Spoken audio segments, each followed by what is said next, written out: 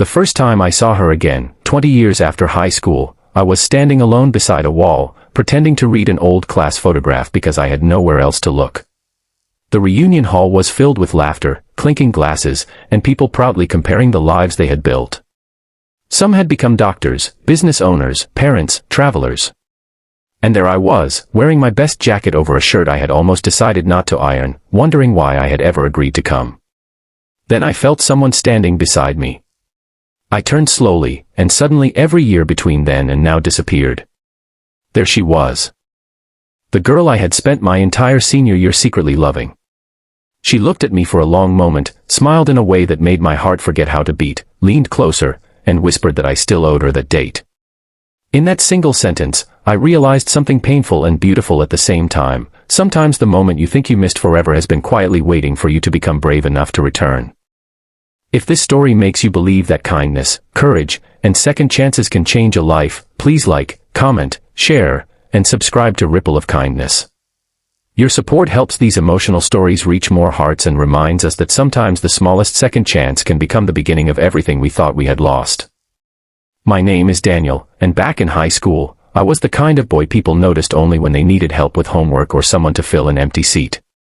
I was quiet, awkward, and always convinced that everyone else had received some secret instruction about how to be confident except me.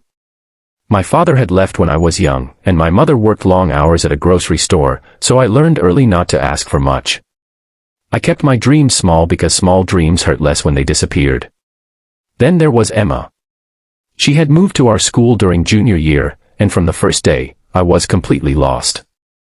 She was not the loudest girl in school or the most popular in the usual way.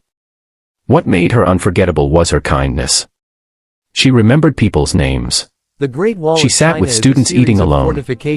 She volunteered at the animal shelter every weekend. And somehow, whenever she smiled at me, I felt like maybe I was not as invisible as I had spent my life believing. We became friends almost by accident.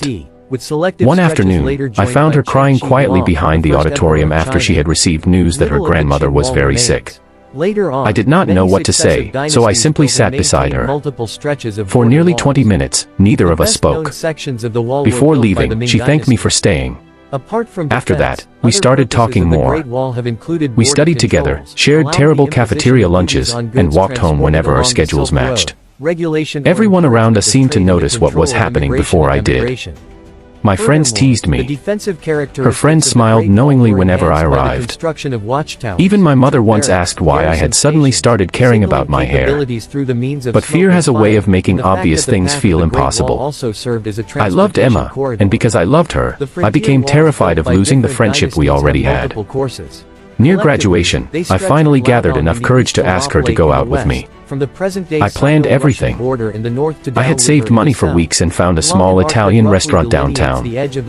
I even bought a blue shirt because Emma once told me blue was my color. The date was supposed to happen on a Friday evening. I wrote her a note, asking her to meet me after school so I could finally say the words I had been carrying for months. But that morning, my mother collapsed at work. The next few days became a blur of hospital corridors, unpaid bills, frightened relatives, and me trying to understand how quickly a life could change. I never made it to the restaurant. I never gave Emma the note. I never explained anything properly. By the time my mother recovered enough for us to breathe again, graduation had passed, Emma's family had moved to another state, and the chance I had spent years building courage for had vanished. I carried that unfinished moment with me for decades. I finished college slowly while working nights. I cared for my mother until she passed away. I got married too quickly because I thought being lonely was worse than being unhappy, and I later learned how wrong I was. The marriage ended quietly after 6 years, not because either of us was cruel, but because we had both been trying to become the person the other needed instead of being honest about who we were. I built a decent life after that.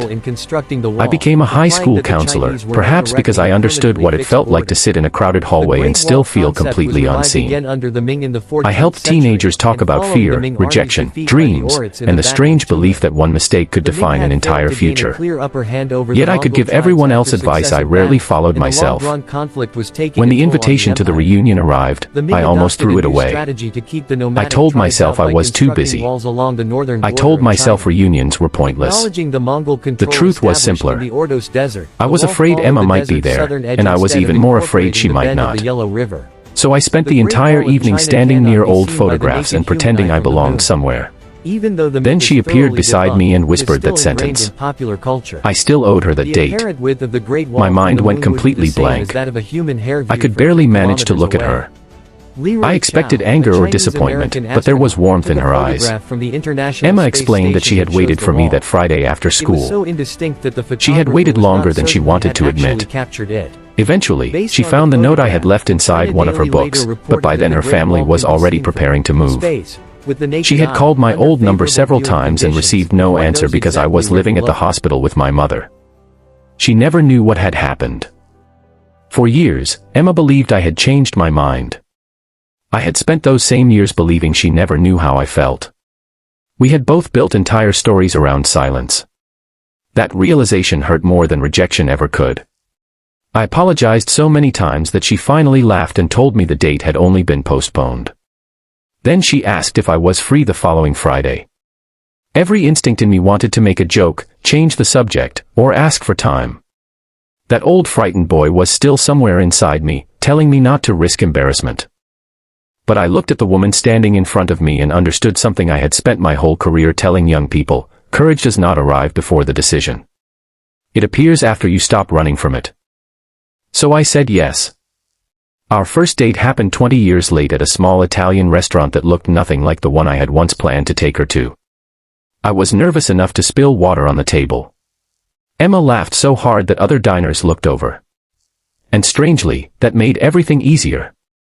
We did not try to recreate the people we had been. We talked honestly about the years between us. She had become a nurse. She had lost her father.